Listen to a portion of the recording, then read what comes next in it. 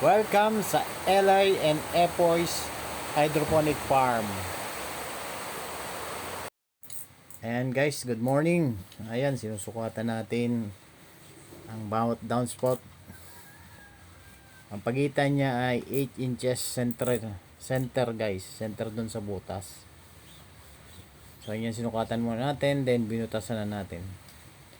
Ayan guys, siguraduhin nyo lang sentro ang pagbutas nyo. Ayan, para magandang tingnan. At pantay-pantay. Ayan guys, binubutasan na natin. Ito po ang part 1 ng ating pag-set up at pagbutas ng downspout. So papakita ko step by step.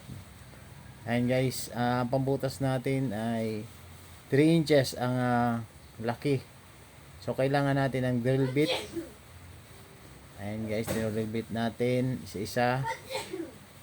Ayan, ingat lang guys, baka masugatan kayo pag tatanggal ng plastic. Ayan. Ayan. Pagkatapos natin tanggalin yan, butasan. So matatalim ang butas niyan guys. Kailangan natin linisan. At linisan ang mga pinagbutasan natin para hindi tayo masugatan. At para pagtikal natin ng lettuce, pagtanggal natin ng lettuce sa butas at i-harvest natin, hindi mapuputol ang kanyang mga ugat. So ayan, lilinisan natin guys.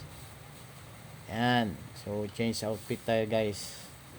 Ayan, nilinisan ko na guys ang bawat butas. So napakatalim yan guys, masusugatan tayo pag hindi natin lilinisan yan. At siguraduhin natin malinis ang bawat downspout bago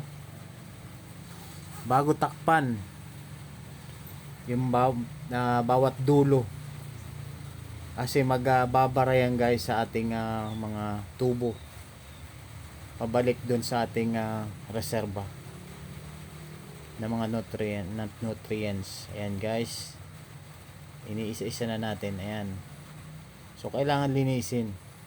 And guys, maraming salamat. Ganyan ang pagbutas guys. Thank you for watching. Shortcut. And please subscribe my YouTube channel. Thank you guys.